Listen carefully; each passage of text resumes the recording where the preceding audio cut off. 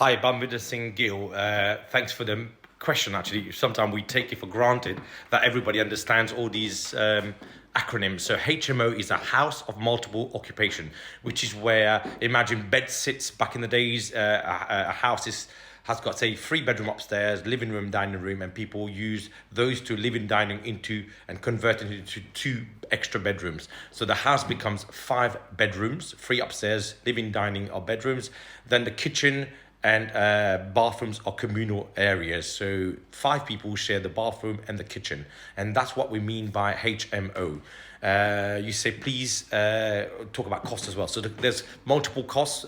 Initially, you need obviously to buy the house and convert those rooms into bedrooms. You have to have fire doors, fire alarms, interlinking. There's lots of processes you have to follow. There's lots of regulation in terms of minimum size bedrooms.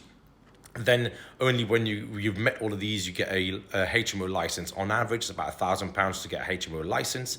That will last you 5 years. You have to have a clear management process because you've got 5 people living in there. You've got to make sure that you're continually looking after the place, and any issues is dealt with very easily or very quickly, I should say.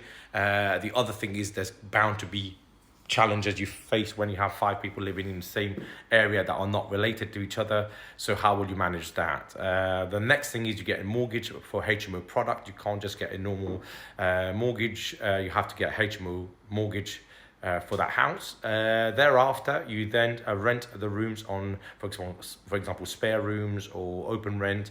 And but in that process, you have to also the rent is paid as a whole. So 5 people pay, you say £500 each, so it's £2,500. Then in terms of out of that money, you have to pay all the utilities, so gas, electricity, water, council tax, broadband. You probably have to have a cleaner. We have cleaners in every one of our HMOs. Then you have to obviously pay your mortgage on top. So it used to be on average a few years ago, before the utility and the interest rate went up, we were probably grossing, netting around £1,200 per 5 bedroom HMO. Now, even though the rent has increased a little bit, the mortgages on average have doubled. So they used to be 3%, now they're about 6%. And also the utility costs have doubled, definitely. Well, they went up threefold, and that's dropped back down from double to what they used to be a few years ago. So 3 years ago, they used to be about £1,200. They're about £2,500 now. That's for an average, not a HMO. That's for an average household.